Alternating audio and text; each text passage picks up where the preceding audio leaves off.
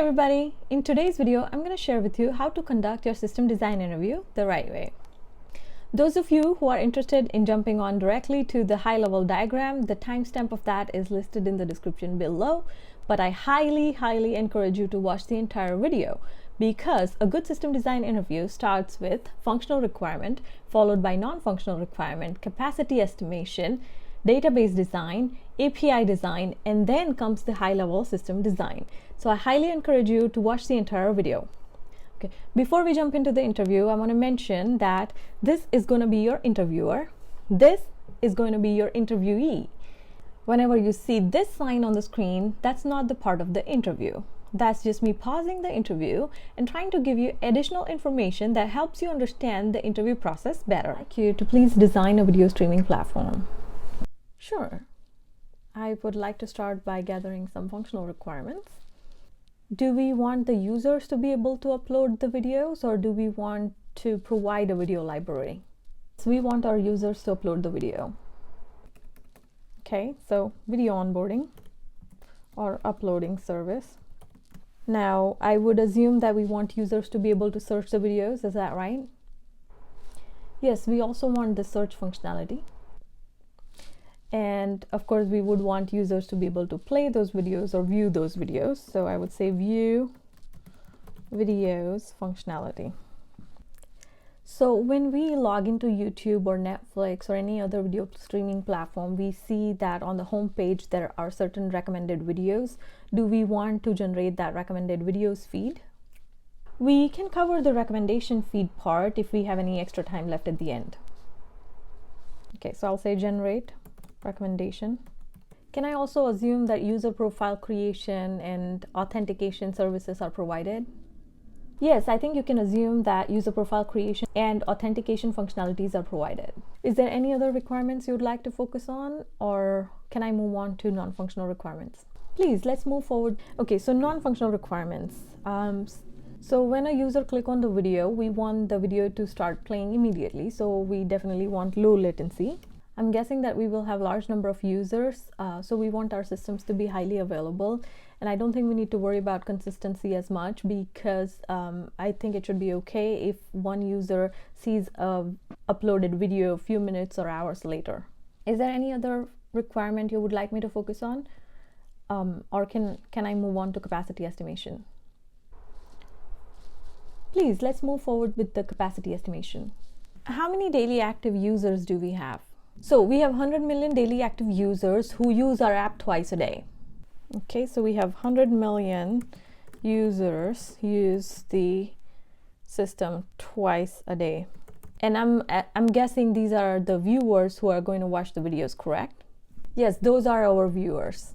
So I'm going to start by estimating query per second, which is 100 million multiplied by 2 times a day, divide by 24 hours in a day, multiply by 60 minutes, multiply by 60 seconds, okay, which is equal to 100 multiplied by million is 10 power 6, multiply by 2 times a day, divide by 10 power 5, which is equal to 2,000 queries per second. Does that sound right? Yes, that sounds about right. So viewers will hit our system 2,000 queries per second. All right, now let's take a little pause on your interview and let's try to understand what happened in those calculations. So first of all, these are the things you want to remember, okay? Okay, now converting per day to per second. In the previous calculation, we tried to divide the number by 24 hours, multiply by 60 minutes, multiply by 60 seconds. Okay, and if you remember, I converted it to 10 power 5. That is 24 multiplied by 3600. Okay, if you remember, we're doing a capacity estimation. It's not a real calculation, it's an estimation. So we can convert this 24 to 25 just for easier calculation, and 3600 to round it off to 4000, and that gives you your 100,000, which is equal to 10 power 5. I hope now you're able to understand this portion. Okay, I'd like to estimate the storage capacity now. Can you help me understand how many creators do we have? We have 10:1 ratio of viewers and creators. So 10:1 viewers to creators. That is, and we have 100 million viewers. So we have 10 million creators. Okay, how many times do they upload a video? They upload a video twice a week. Can we assume that average video size is 5 GB? Yes, that's okay. All right, so storage capacity. Okay, so we have 10 million creator who upload the videos 2 times a week, and each video is 5 GB.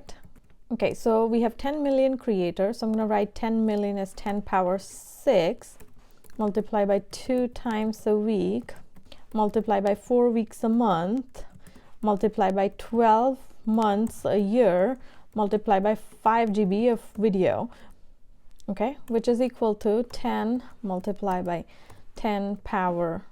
Okay, so I'm going to multiply 12 and 2, which is 24, and I'm going to roughly estimate it to 25, and 25 multiplied by 4, which is equal to 100. So I'm going to put that 100 here, multiply by 5, multiply by gigabyte. So 1 gigabyte is equal to 10 power 9.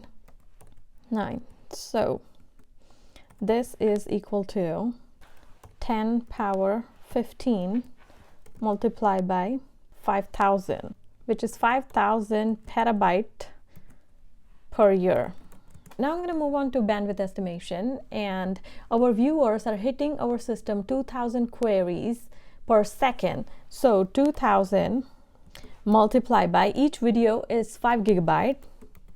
So that is equal to 2 multiplied by 10 power 3 multiplied by 5 multiplied by 10 power 9.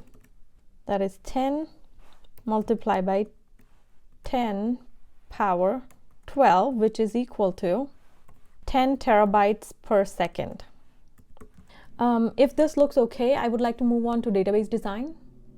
Yes, that's okay. So our first requirement is video onboarding or video uploading service. So we actually have to store the video file somewhere, and for video storage I would prefer some kind of blob storage. We also have to store some video metadata, like which user uploaded the video at what time, what is the video about, video description, etc. So for video metadata, because this metadata will be mostly structured, I would like to use a SQL database. And I would, okay, so we will have video ID. That would be the primary key. Then I would have user ID. That would be foreign key from the user table, and date time, which will be date time. Then we have the visibility, if the video is public or private. And then we will have short description, which will be string, and then we will have long description. We can have category that can describe whether the video is educational or entertainment, etc. So that will also be string. Okay, users can upload a few minute long video to a few hour long videos or movies on YouTube, and they will upload those videos in form of one single file. But if we transmit that 2 hour long video file to our viewers when they're trying to watch it, that will not be very performance efficient. It will cause long delays for our users. Okay, so to improve the performance, let's say this is the video file. We're going to break the video file into smaller chunks and save them as separate files. So this portion will be saved in its own file, and this portion will be saved in its own file, and so on. So the URL for all of these separate video parts will be stored in a separate table. Let's call it video URL table. So we want video ID, which is a foreign key, plus part ID. It will indicate whether it's the first part of the video, second part of the video, third part of the video, etc. So that would be like a numeric. So format will be of type string, For example, MP3, MP4, etc. We need to store this information because when you're playing a video on your iPhone, that will require a different format versus if you're playing a video on an Android phone, that will require a totally different format.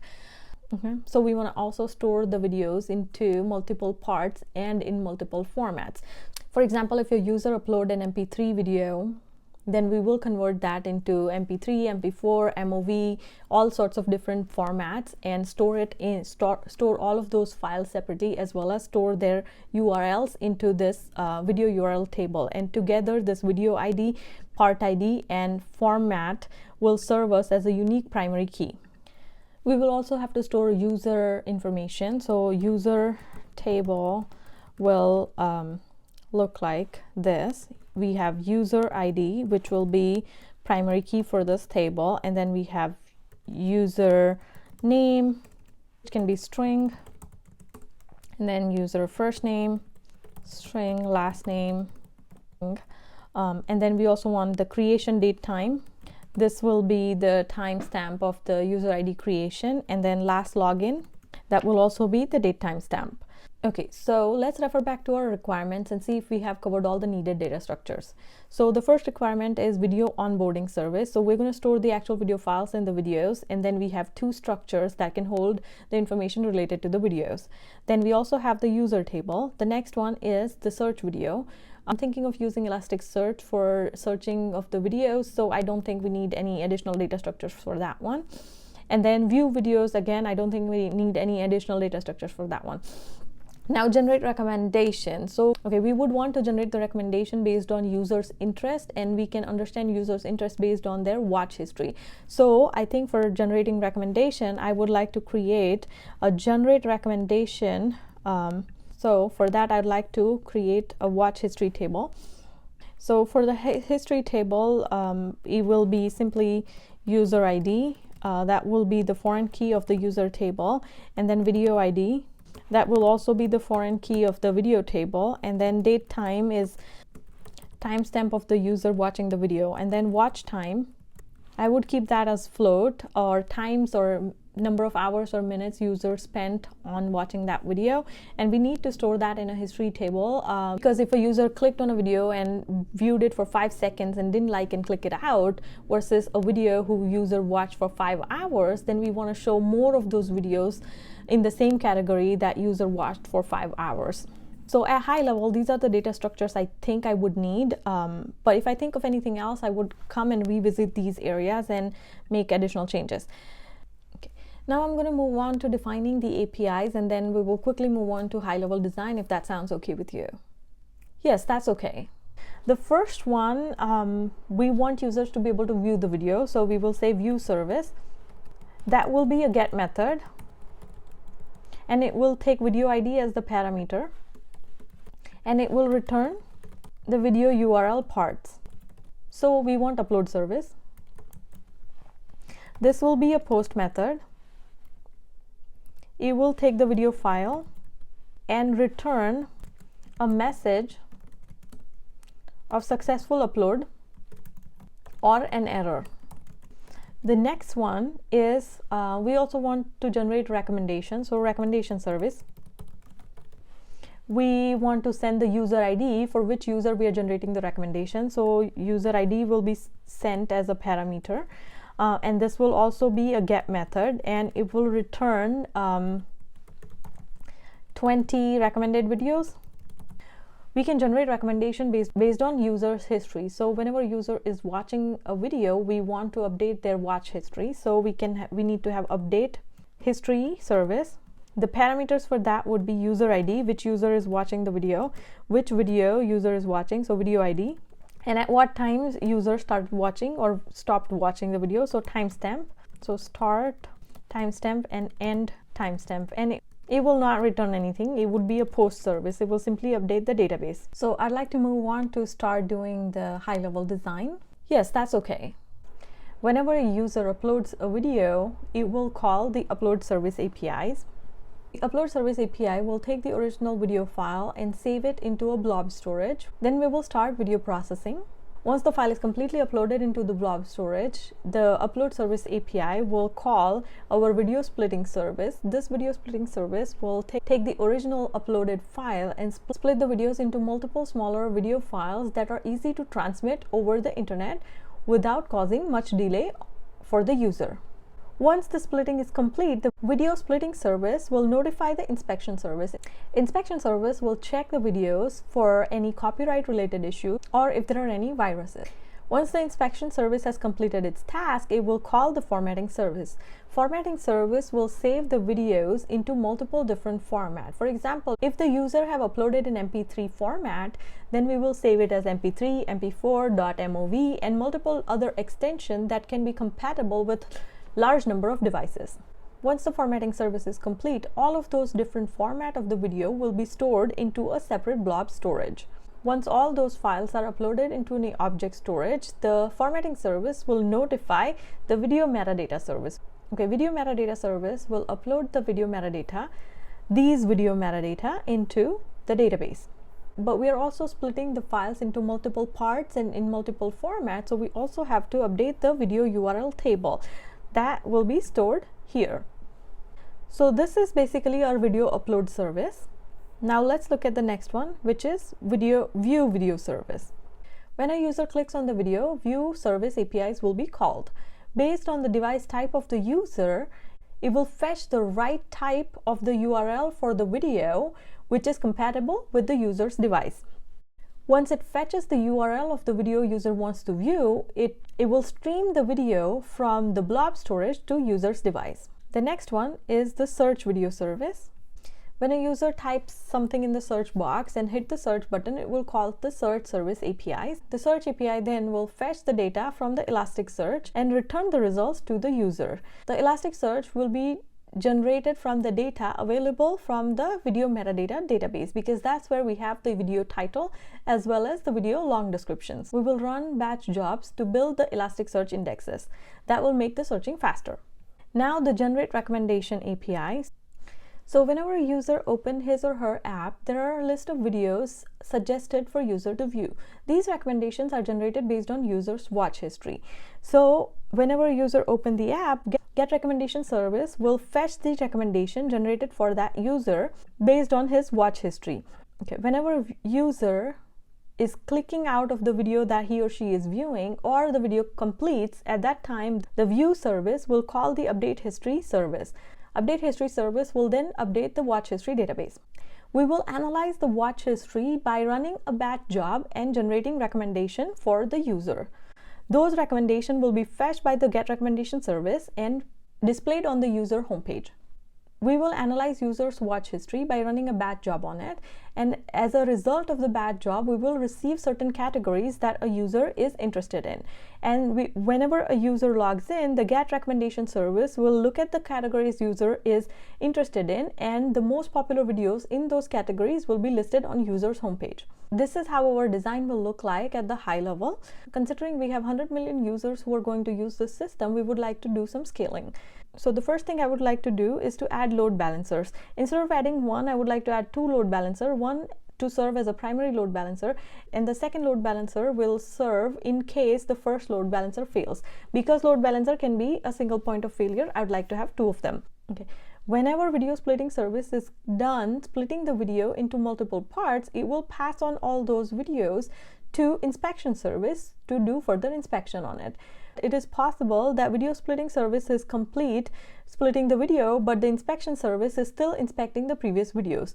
So video splitting service will have to wait for inspection service to be available before it can hand over the next set of videos. So to avoid that situation, I would add a messaging queue. That way, whenever video splitting service is complete, it can simply put the videos into the messaging queue, and inspection service can read the videos from messaging queue whenever the service becomes available. I would do the similar thing between inspection service and formatting service and video metadata service, as well as the video view service and the update history service. Right now we have only one copy of the videos that are uploaded by the users. So in case this particular data center or this particular server goes down, we are going to lose all of these data. So we want to make sure that we replicate that into a different data center. So I would clone these original videos into multiple data center. I will do the same thing with the split videos as well. We want to store the processed videos into multiple data centers and multiple locations. Okay, now if you look at this video metadata database, right now we're doing all the reads and write into the same database. If we were to adapt to master slave database, then we can do all the write requests to the master database and do all the reading from the slave databases. All the data written into master database will be replicated to all the copies of the slave databases. Similarly, we are doing the same thing with the video URL database. We're reading and writing all from the one database. If we were to adapt to master slave design, then we would be able to reduce the load on one particular server, as well as we will have multiple replicas of the same data that will make the system more reliable.